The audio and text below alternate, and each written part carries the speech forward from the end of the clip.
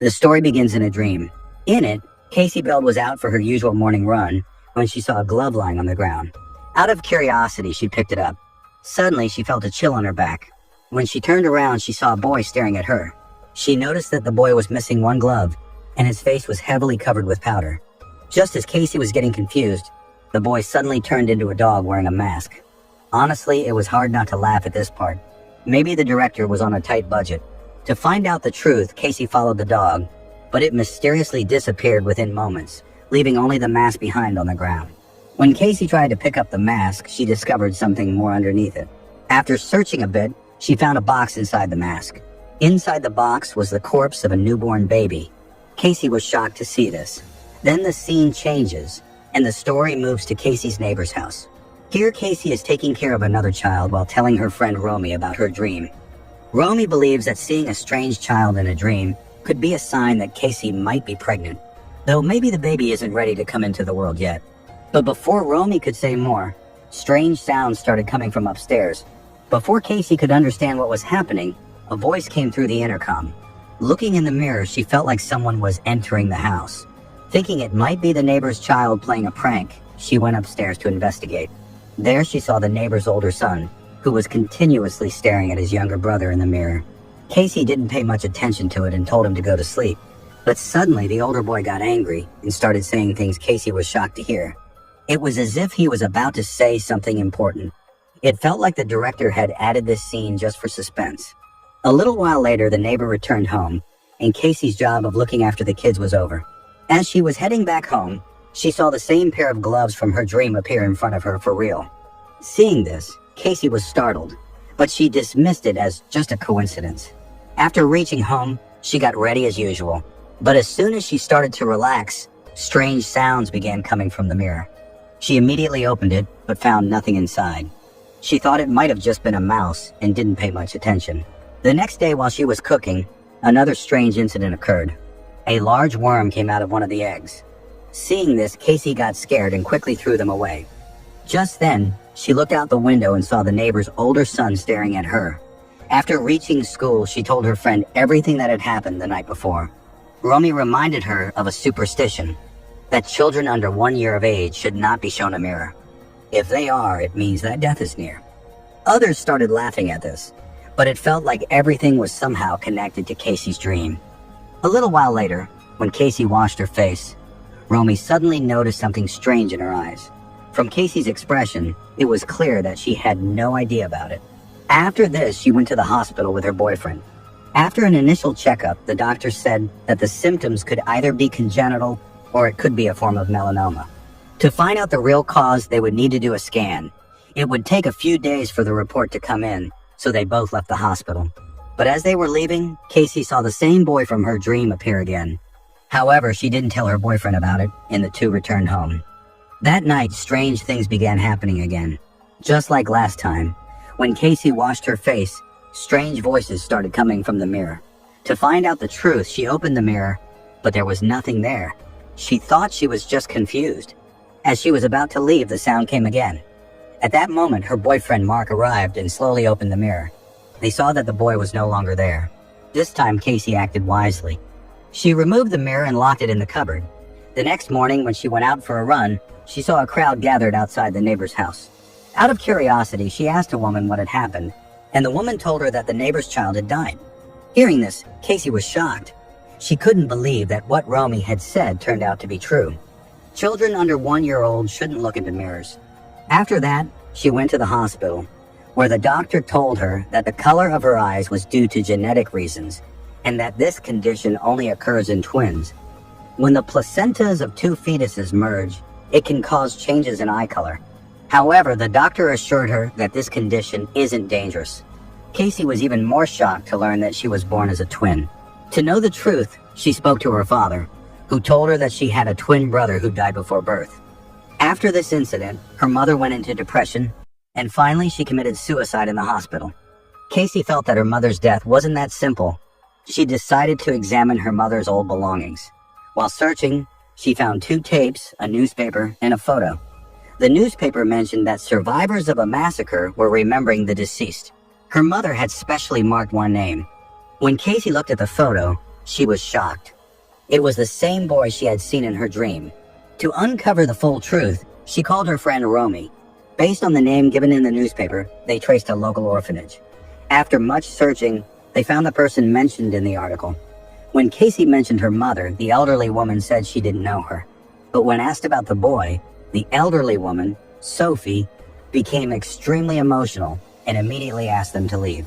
With no other choice, the two of them left. Romy considered it just a strange coincidence and told Casey that it was all in her head. But Casey didn't agree. She started to feel that her twin brother was the one disturbing her. When she got home, she called her boyfriend Mark, and together they watched her mother's videotapes. In the video, Casey reaches the hospital and slowly walks toward her room. Just as she's about to open the door, the tape suddenly ends. Seeing this reminded Casey of her mother, because that was the same room where her mother had committed suicide. She felt there was some connection between the two incidents, but her boyfriend Mark dismissed it as mere coincidence and thought Casey was overthinking. He suggested she take some rest. While Casey was dancing at the bar, she suddenly felt a headache. When she looked ahead, she saw the same boy who had appeared in her dreams once again. She thought maybe she had drunk too much and immediately went to the washroom. Just then, she heard a child's voice coming from a nearby cabin. Out of curiosity, she slowly moved in that direction. As soon as she looked that way, she began to see terrifying events. Bugs started coming out from near the cabin door. Frightened, she ran towards the main door, but it wouldn't open. The bugs kept increasing, and Casey began to scream for help. Just then, the washroom door slowly opened, and she saw that her deceased mother was standing there. As her mother began to approach her, Casey's boyfriend and Romy arrived just in time. They pulled her out, and when Casey looked again, both her mother and the bugs had vanished. Later that night, Casey told her friend about seeing her mother. Her friend advised her that if she was scared, she should keep a pair of scissors under her pillow. Casey, now fully convinced that there was some spirit around her, followed Romy's advice. But the strange incidents didn't stop. In the middle of the night, she suddenly woke up and found herself stuck to the ceiling. Then her dream resumed, and she saw the same boy trying to wound her stomach. Casey wanted to stop him, but her body wouldn't move.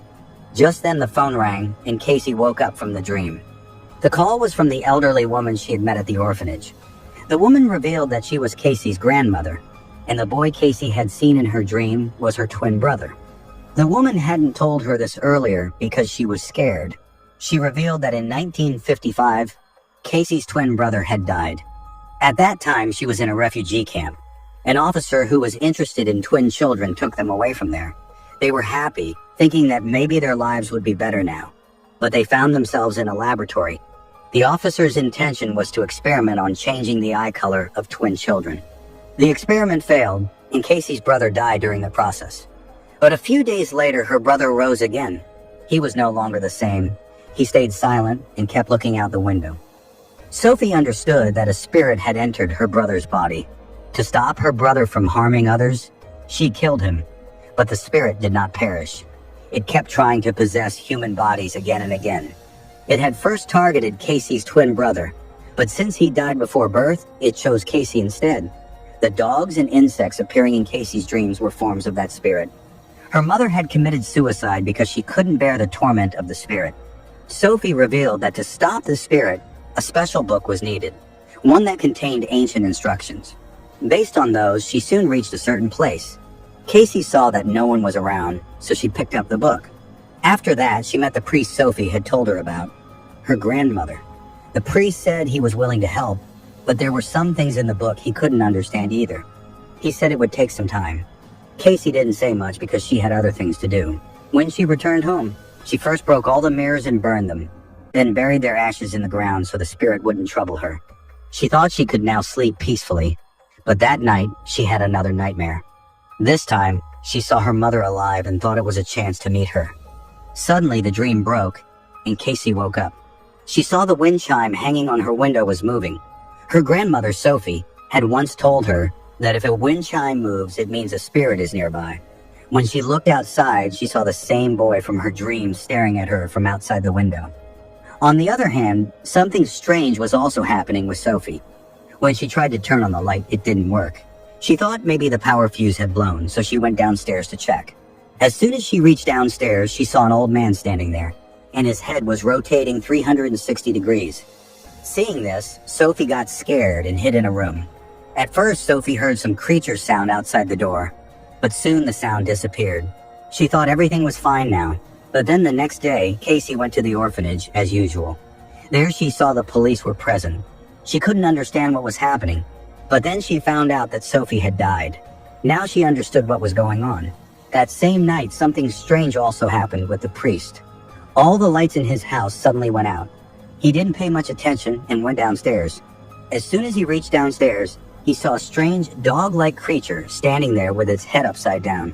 The priest tried to scare it away by shouting, and the creature ran off. The priest felt that the spirit was trying to scare him so that he wouldn't help Casey.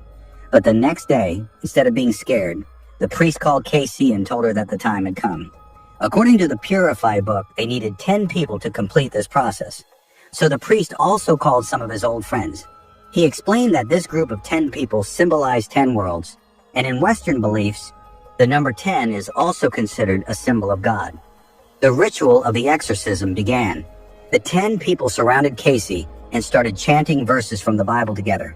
After some time, strange things began happening in the room. That same insect appeared again, and the door started opening on its own. Casey's entire body began to tremble. Before anyone could understand what was happening, the boy from Casey's dream appeared. It started to seem like the spirit had left the place. Suddenly, the wall was smashed with force, and Casey's boyfriend Mark was pulled outside. It became clear that her boyfriend was now possessed by the spirit.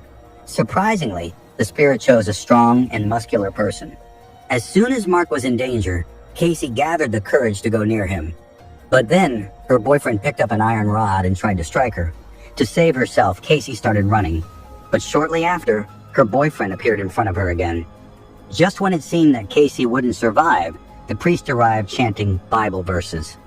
This time, the verses had an effect, and the spirit began to retreat.